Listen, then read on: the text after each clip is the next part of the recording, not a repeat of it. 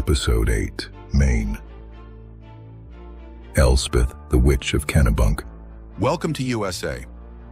Myths and Legends, the podcast that unearths the chilling tales and enduring mysteries from every corner of this vast nation. From the whispering pines of the north to the sun-baked deserts of the southwest, we journey through the stories that have shaped our folklore and haunted our imaginations for generations. Tonight we find ourselves gathered around a flickering fire, metaphorically speaking, in the heart of Maine, ready to delve into a tale that has kept its residents on edge for over 2 centuries. This is the unsettling legend of Elspeth, the Witch of Kennebunk. Gather around, folks. The warmth of this fire is good, but don't let it fool you. The cold I'm about to tell you about doesn't come from the biting night air, but from something far older, far deeper, a chill that emanates from the very earth itself. Put more wood on the fire, because the story I'm going to spin for you isn't about some fleeting spirit that merely wanders through the twilight hours, but about a potent, ancient rage that endures, etched into the very landscape. This is the story of the Kennebunk Witch, a narrative so deeply ingrained in the local consciousness that it has made the people around here sleep with one eye open for over 200 years. It's a testament to how profoundly a single, unforgiving spirit can scar the land and the memory of those who dwell upon it. In the darkest days of the colony, when brave, perhaps foolhardy, settlers ventured into the unforgiving wilds of Maine, seeking new lives amidst the ancient forests and rocky shores, a stranger arrived in a secluded corner of what would one day be known as Kennebunk. Her name was Elspeth, but do not conjure the image of a hunched, decrepit old crone leaning on a gnarled staff. No, Elspeth was a woman of striking, almost unnerving appearance. Tall and slender, she moved with an almost ethereal grace, her movements silent as a shadow. Her hair was the color of fresh blood, a startling, vivid red that seemed to pulse with an inner fire, and her gaze was something else entirely. It was a look that seemed to bore directly into your soul, making your skin crawl, as if an invisible insect was tracing pathways across your flesh.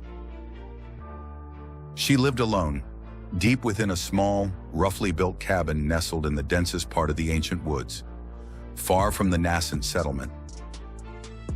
The only ones who saw her up close, or so the whispers claimed, were the wild animals of the forest, deer, wolves, bears, who seemed to follow her as if they were her silent, watchful shadows, moving in uncanny unison with her every step. Elspeth possessed a profound, almost instinctual knowledge of herbs. Yes, but it was not the gentle, comforting knowledge of a kindly healer. Her remedies were disturbing, unsettling, even as they proved effective. If your child was racked with a burning fever, she would offer a potion concocted from the dark, rich mud of the swamp and strange phosphorescent moss gathered from ancient stones. And though the fever would indeed break and the child's body would cool, they would be left with a peculiar, empty stare in their eyes, as if a vital part of their youthful soul had been inexplicably torn away, leaving a void where innocence once resided. The people of the growing town felt a silent, pervasive fear of her, a fear that coiled in their stomachs like a cold snake. Yet in desperate times when sickness ravaged families and hope dwindled, necessity, that sternest of masters, overcame even the most profound terror. They would seek her out, their voices hushed, their eyes darting nervously, praying her strange cures would not demand too high a price. But the times became impossible. A blight unlike anything seen before descended upon the land. Crops, once bountiful, began to rot from the inside out, with a cloying, putrid stench of death that could be smelled for miles, clinging to the air like a shroud. Cattle, the very lifeblood of the fledgling community, appeared mysteriously in the fields, their bodies strangely twisted, their necks bent at unnatural angles, and their eyes wide open, glassy and unseeing, yet without a single visible wound, as if a silent, unseen force had wrung the life from them. And worst, most heart-wrenching of all, the children. The little ones fell gravely ill with strange, inexplicable fevers that burned from within, their tiny bodies convulsing uncontrollably, their limbs thrashing. And in their feverish delirium, they would whisper words, not in their native tongue, but in an ancient, guttural language, words that were undeniably not their own, spoken in a voice that sounded like the creaking of old, strained wood in a fierce wind. And the name they whispered most, between wrenching spasms and cold sweats that soaked their small bodies, was a single, chilling syllable. Elspeth. I was just a boy then, maybe 8 or 9. A man told me once, his voice raspy with age and memory. My little sister, Sarah, she started with the fever. Her skin was burning, and she just kept staring at the ceiling, rambling. And then, she started saying things no child should know. And she kept pointing, just pointing out the window, whispering, "Elspeth, Elspeth," over and over. It chilled you to the bone, I tell you, like someone else was speaking through her. The town's simmering terror finally erupted into an unbridled, furious rage. The whispers of witchcraft solidified into accusations, fueled by fear and desperation. They dragged Elspeth, not gently, but with a mob's crude force, to the edge of the frozen river for the grim trial by water. They threw her, without mercy, into the icy, churning water, and every man, woman, and child watched with their hearts pounding like war drums in their chests, a desperate, silent prayer on their lips that she would drown, that the dark presence would be purged from their suffering lives. Elspeth sank beneath the frigid surface, and the town let out a collective, ragged sigh of relief, a fragile moment of respite that turned, in an instant, into a scream of pure, unadulterated horror. Elspeth not only returned to the surface, breaking the icy veneer of the water, but she slowly, deliberately began to rise from the depths, her soaking clothes clinging to her slender form, her lips blue from the glacial cold. Yet her gaze was utterly transformed. It was no longer the unsettling stare of a human, but the blazing, infernal look of a creature filled with a hatred so profound, so ancient, that it could chill the very flames of the communal fire that had warmed them moments before. The frozen ground beneath her feet seemed to crack and groan in protest as she ascended, splintering under the sheer force of her returning malevolence. She raised her arms slowly, deliberately, towards the horrified villagers, and with a voice that sounded like the groaning and snapping of an old dying tree in a gale, a voice that seemed to vibrate through the very marrow of their bones, she screamed a curse upon the town, upon every soul present, and upon the very land that had so cruelly betrayed her. Her words, though not understood, resonated with a terrible power that sent shivers down their spines and froze their blood in their veins.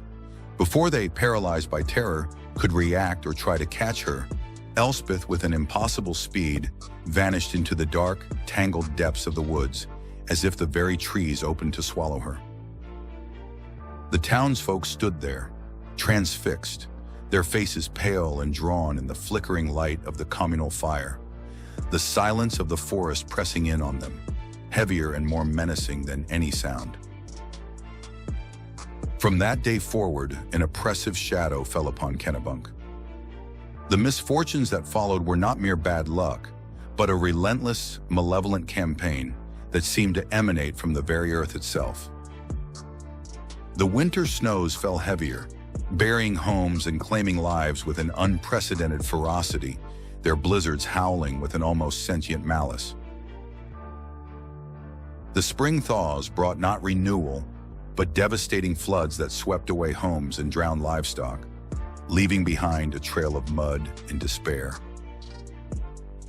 The summers, once a time of vibrant life, became seasons of parched earth and inexplicable droughts that shriveled crops and left the wells bone dry, making the air thick with the dust of death.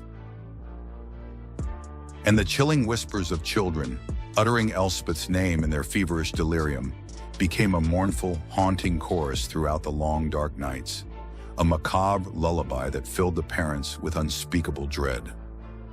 The curse of Elspeth, the Witch of Kennebunk, is not merely a tale from the past, it is a living, breathing part of the town's fabric. Even today, the locals speak of strange occurrences. Unexplained cold spots in the deep woods, even on the warmest summer days, where the air suddenly drops and a shiver runs down your spine, as if a spectral presence has just passed through. The eerie rustling of leaves when there is no wind, a sound that seems to whisper her name, an almost imperceptible murmur in the otherwise still air. And the sudden, inexplicable misfortunes that plague those who dare to build their homes or venture too deeply into the ancient, untouched parts of the woods, the very same woods that swallowed Elspeth on that fateful day. Crops fail, livestock sicken, and strange, unsettling accidents befall them, as if an unseen hand is guiding a dark and vengeful fate. The people of Kennebunk know better than to dismiss these occurrences. They know that some old wounds never truly heal, and some ancient hatreds linger, powerful and enduring, like the scent of wood smoke on a cold winter's night.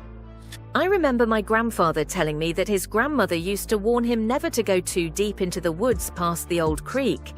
She said that's where Elspeth still wandered, tending her garden of curses.